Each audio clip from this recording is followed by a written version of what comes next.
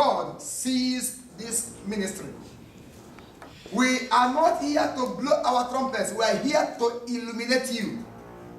We pastors take some responsibility for failure in this aspect.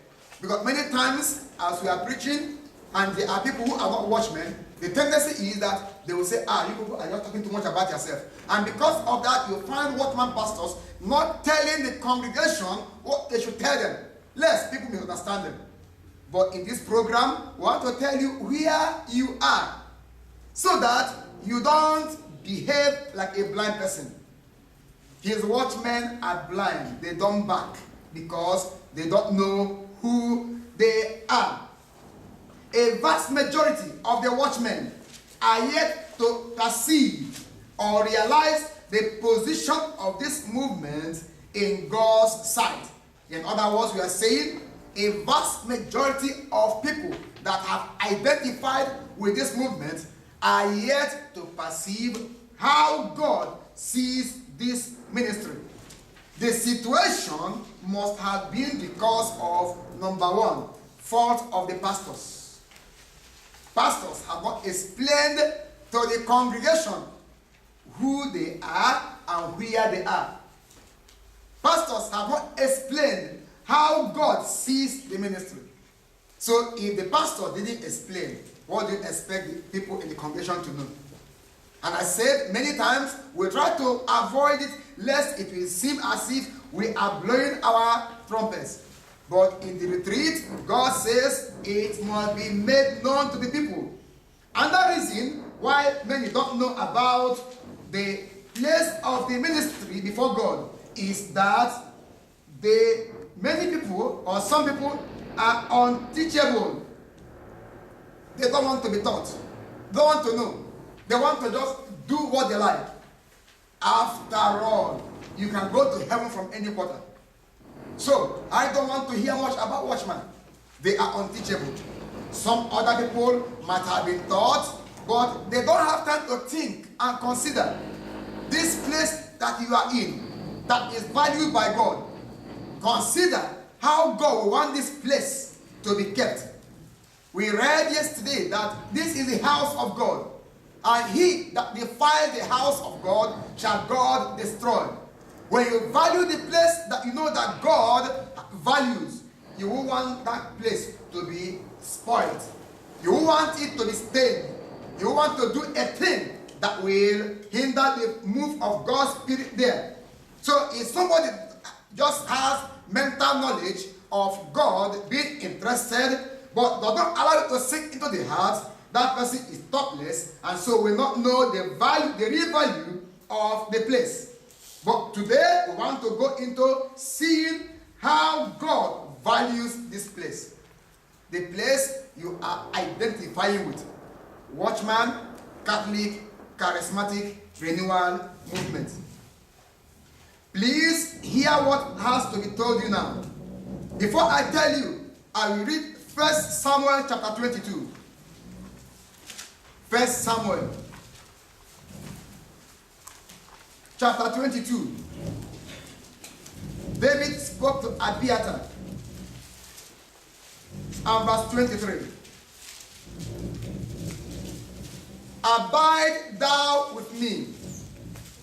Fear not. For he that seeketh my life seeketh thy life. But with me thou shalt be in safe guard. David told Abiathar. Abiathar was one of the sons of the high priest that had been killed by Saul. David had gone to the house of the high priest, Ahimelech. The high priest didn't know that David was on the run. He had known David as one of the boys of Saul. After David slaughtered Goliath, David came to be in the house of Saul. The sword of Goliath, David took it and gave to the high priest, and it was kept in the house of God. So when David came to the place where the high priest was, David didn't tell him that he was on the run. So the man attended to him as though David was an official delegate. But somebody was right around, was there when he saw David. And that person reported to Saul that David came to the high priest, to the priest's house, and that the priest blessed him. When Saul heard it, Saul got angry, sent soldiers, arrested the man, queried the man. The man said he didn't know. Saul said, kill the man and kill the family. And they bounced upon the high priest and all the priests. Abiathar escaped. And they reached unto David. He was one of the priests. He escaped. On reaching David, he informed David what had happened. David said, I knew. That day I saw Doeg the Edomite. I knew that this man was going to report. David was sad. And then gave this information we read now to Abiathar. Told him, the person pursuing you is pursuing me. But if you abide with me, your safety is guaranteed. Why did he say that? God had anointed him to rule Israel. And there's no way that anointing can be for naught. I have not yet ruled Israel. So if you abide with me, divine protection is guaranteed. He was speaking based on the awareness of whom he was. Awareness of what God has done in him. So, priest, abide with me, and nobody can kill you. With that, now see how God sees the watchman. Don't be in a hurry to just say, you people are blowing a trumpet. Assume you're not a watchman. Please don't be in a hurry. By the time we finish, you see why we are telling you what we are telling you. In Psalm 87,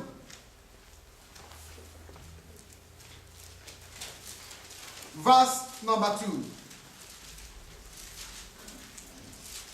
Psalm 87,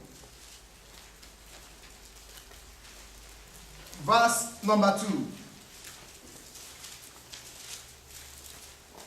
I read. The Lord loveth the gates of Zion more than all the dwellings of Jacob. The Lord loveth the gates of Zion more than all the dwellings of Jacob. Jacob simply means Israel. Zion is part of Jerusalem, part of Israel. Call it Judea. God loveth the gates of Zion more than all the dwellings of Israel, or Jacob. That means Jacob or Israel, God's own people, God's covenant people, loved by God. Still among them was a place God singled out for some special interest. So among believers, there could be a place of divine interest. There could be a place singular. This scripture was given to us by God a couple of years back. Many times, people are interested in a place that is booming, where there's a lot of money, where there are big names and big titles. But God doesn't work that way. People expected that the Messiah will come from a wealthy family. Jesus will come from a great house, a noble family. But God chose to bring him out from the carpenter's house. Watchman looks very small. But God says he lost the gates of the watchman more than the dwellings of Israel. Now, accept what I want to tell you or leave. God does not see watchman the way he sees other ministries. It does not mean that other ministries are non-entities. No. People still have callings, genuine ministries, lovely ministries, accomplishing great things, making impact. But God has some special interest here. The way he takes watchman is not the way he takes others. You must understand this. I won't have time. If I have time, I will even go do that. To trace how we started. To trace the oppositions. To trace what happened and how we are. at this point in time. God is highly interested in the ministry. He does not see us the way he sees others. Please know this.